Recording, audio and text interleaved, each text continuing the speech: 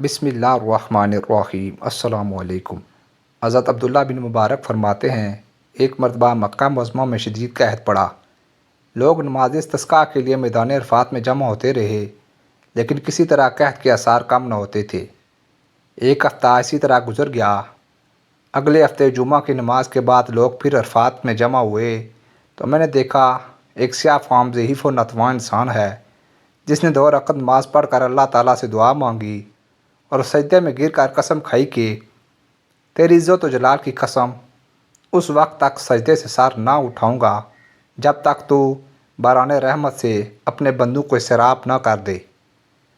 چنانچہ اس کی اس دعا کے بعد میں نے دیکھا کہ آسمان پر ابر سیاہ نمودار ہوا اور اس طرح برسا کہ گویا کسی نے مشک کے دانے کھود دیے ہیں۔ بعد ازاں اس سیاہ فام بندہ خدا نے اپنے رب کی حمد و ثنا بیان کی اور چل دیا۔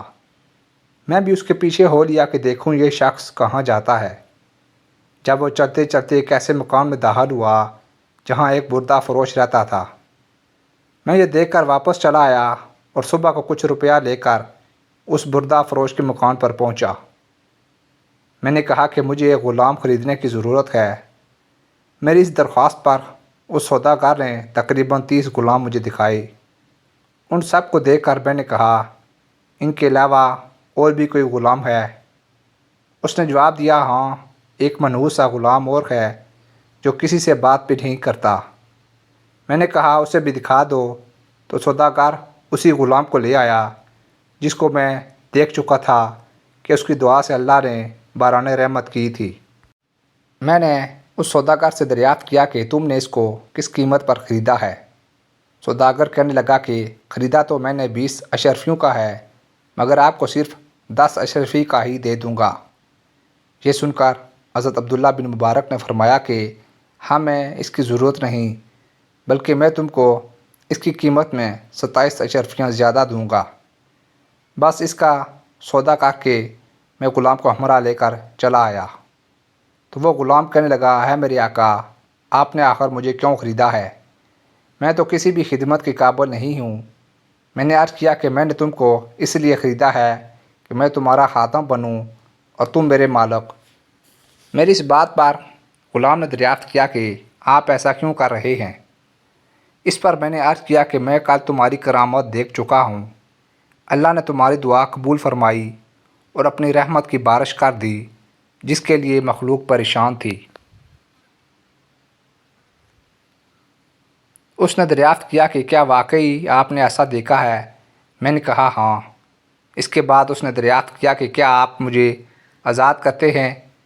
میں نے کہا کہ تو اللہ کے واسطے آزاد ہے۔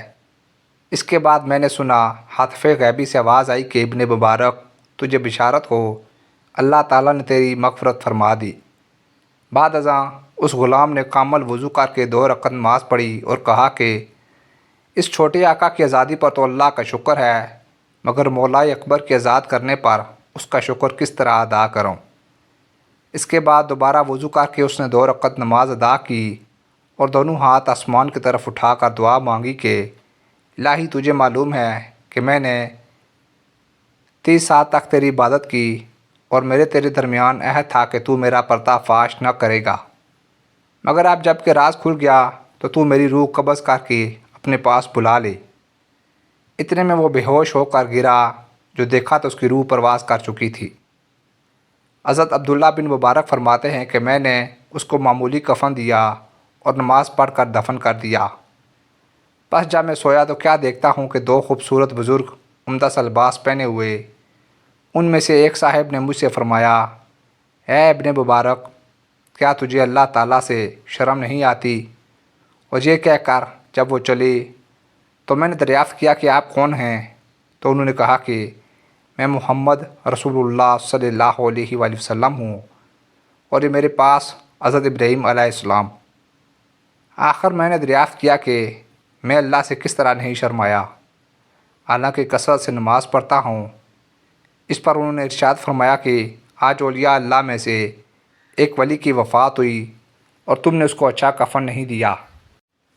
چنانچہ جب صبح ہوئی تو میں نے اس غلام کی نعش کو قبر سے نکال کر نہایت عمدہ اور نفیس کفن پہنایا اور دوبارہ نماز جنازہ ادا کر کے دفن کر دیا۔